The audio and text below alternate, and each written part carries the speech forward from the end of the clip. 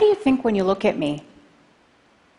A woman of faith, an expert, maybe even a sister, or oppressed, brainwashed, a terrorist, or just an airport security line delay.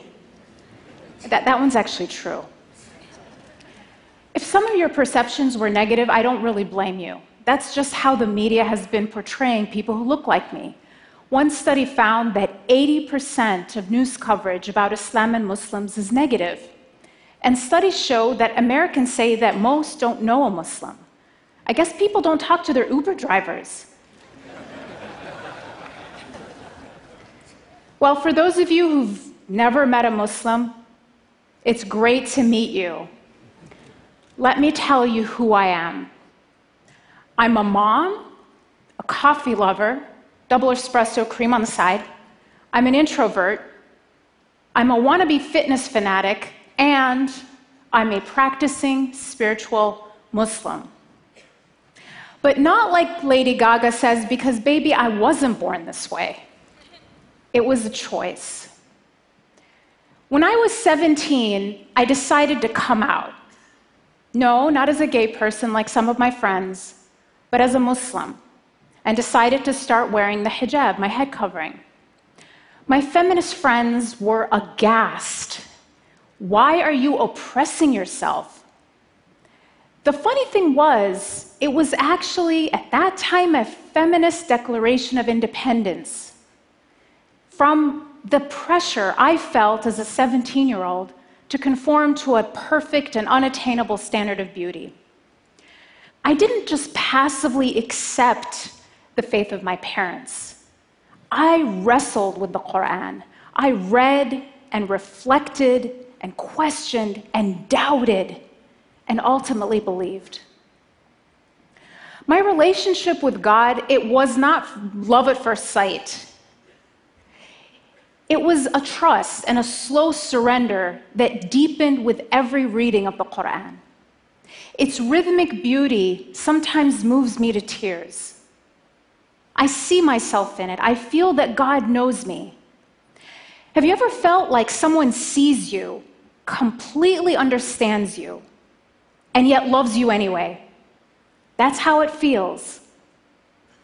And so later, I got married, and like all good Egyptians, started my career as an engineer. I later had a child after getting married, and I was living essentially the Egyptian-American dream. And then that terrible morning of September 2001. I think a lot of you probably remember exactly where you were that morning. I was sitting in my kitchen, finishing breakfast, and I look up on the screen and see the words breaking news. There was smoke, airplanes flying into buildings, people jumping out of buildings. What was this? An accident? A malfunction? My shock quickly turned to outrage. Who would do this? And I switched the channel and I hear Muslim terrorist, in the name of Islam, Middle Eastern descent, jihad. We should bomb Mecca. Oh my God. Not only had my country been attacked, but in a flash, somebody else's actions had turned me from a citizen to a suspect.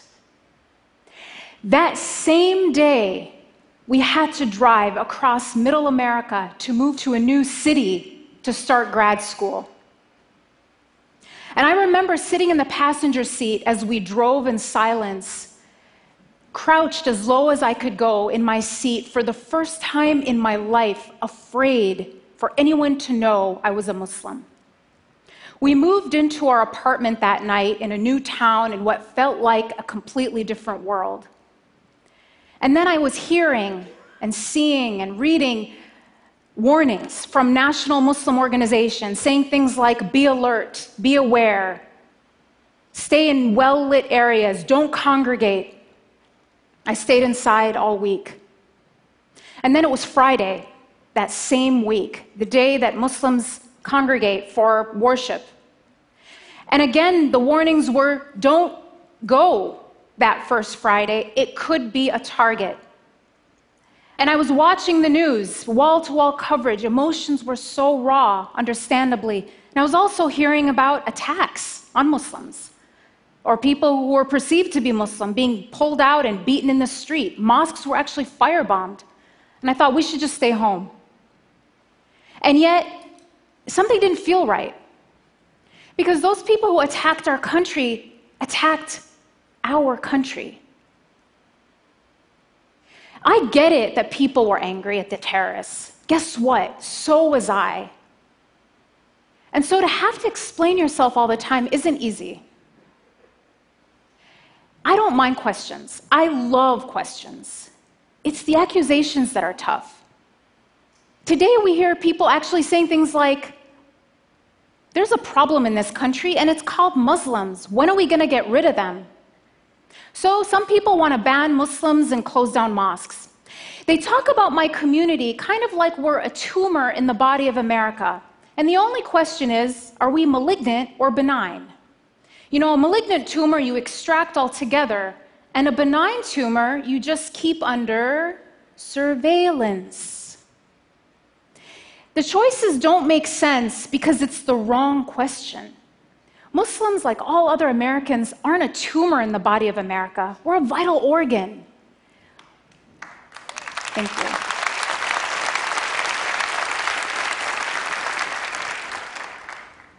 Muslims are inventors and teachers, first responders and Olympic athletes. Now, is closing down mosques going to make America safer? It might free up some parking spots, but it will not end terrorism.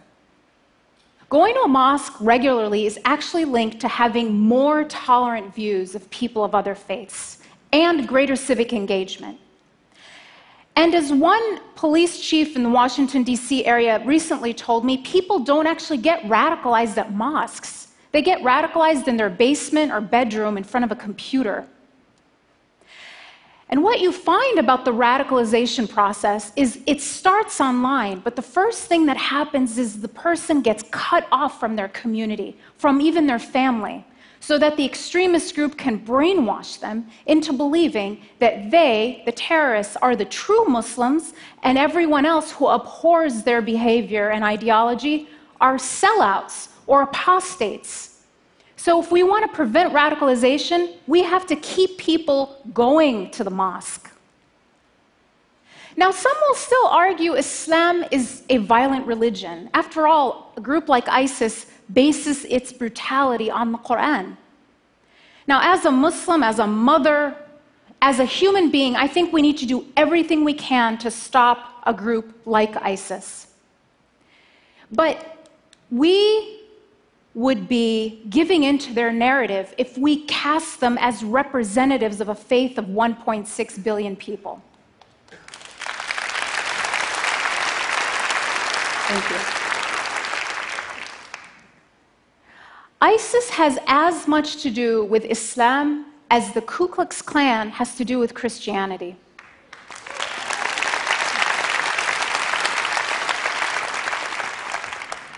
Both groups claim to base their ideology on their holy book. But when you look at them, they're not motivated by what they read in their holy book. It's their brutality that makes them read these things into the scripture. Recently, a prominent imam told me a story that really took me aback. He said that a girl came to him because she was thinking of going to join ISIS. And I was really surprised and asked him, had she been in contact with a radical religious leader? And he said the problem was quite the opposite, that every cleric that she had talked to had shut her down and said that her rage, her sense of injustice in the world, was just going to get her in trouble. And so with nowhere to channel and make sense of this anger, she was a prime target to be exploited by extremists promising her a solution. What this imam did was to connect her back to God and to her community. He didn't shame her for her rage. Instead, he gave her constructive ways to make real change in the world. What she learned at that mosque prevented her from going to join ISIS. And I've told you a little bit about how Islamophobia affects me and my family, but how does it impact ordinary Americans? How does it impact everyone else? How does consuming fear 24 hours a day affect the health of our democracy, the health of our free thought? Well, one study, actually several studies in neuroscience, show that when we're afraid, at least 3 things happen. We become more accepting of authoritarianism, conformity, and prejudice. One study showed that when subjects were exposed to news stories that were negative about Muslims, they became more accepting of military attacks on Muslim countries and policies that curtail the rights of American Muslims. Now, this isn't just academic. When you look at when anti-Muslim sentiment spiked between 2001 and 2013, it happened 3 times, but it wasn't around terrorist attacks. It was in the run-up to the Iraq War and during 2 election cycles. So Islamophobia isn't just the natural response to Muslim terrorism as I would have expected. It can actually be a tool of public manipulation, eroding the very foundation of a free society, which is rational and well-informed citizens. Muslims are like canaries in the coal mine. We might be the first to feel it, but the toxic air of fear is harming us all.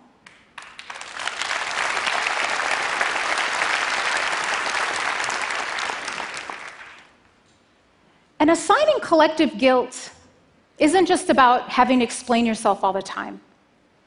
Dia and his wife, Yusr, were a young married couple living in Chapel Hill, North Carolina, where they both went to school.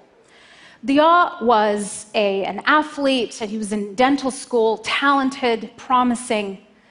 And his sister would tell me that he was the sweetest, most generous human being she knew. She was visiting him there, and he showed her his resume, and she was amazed. She said, "When did my baby brother become such an accomplished young man?"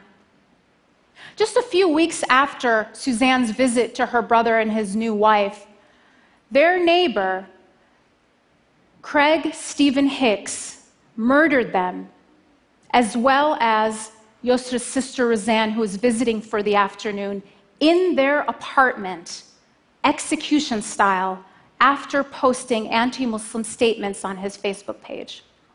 He shot Dia 8 times. So bigotry isn't just immoral, it can even be lethal. So back to my story. What happened after 9/11? Did we go to the mosque or did we play it safe and stay home? Well, we talked it over, and it might seem like a small decision, but to us it was about what kind of America we wanted to leave for our kids. One that would control us by fear, or one where we were practicing our religion freely. So we decided to go to the mosque, and we put my son in his car seat, buckled him in, and we drove silently and tensely to the mosque. And I took him out, I took off my shoes, I walked into the prayer hall. And what I saw made me stop. The place was completely full. And then the imam made an announcement thanking and welcoming our guests, because half the congregation were Christians, Jews, Buddhists, atheists, people of faith and no faith, who had come not to attack us, but to stand in solidarity with us.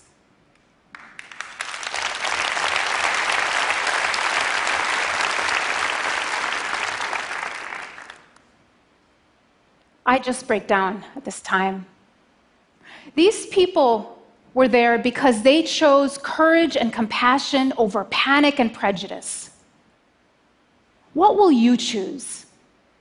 What will you choose at this time of fear and bigotry?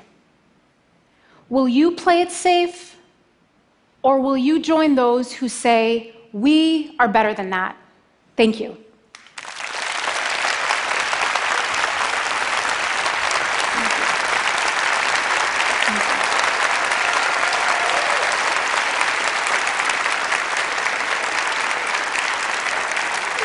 Thank you so much. So, Dahlia, you seem to have struck a chord, but I wonder, what would you say to those who might argue that you're giving a TED talk, you're clearly a deep thinker, you work at a fancy think tank, you're an exception, you're not the rule? What would you say to those people? I would say, don't let this stage distract you. I'm completely ordinary. I'm not an exception. My story is not unusual. I am as ordinary as they come. When you look at Muslims around the world, and I've done this, I've done the largest study ever done on Muslims around the world. People want ordinary things. They want prosperity for their family, they want jobs, and they want to live in peace. So I am not in any way an exception. When you meet people who seem like an exception to the rule, oftentimes it's that the rule is broken, not that they're an exception to it. Thank you so much. Thank you so much. Dahlia, go ahead. Thank you.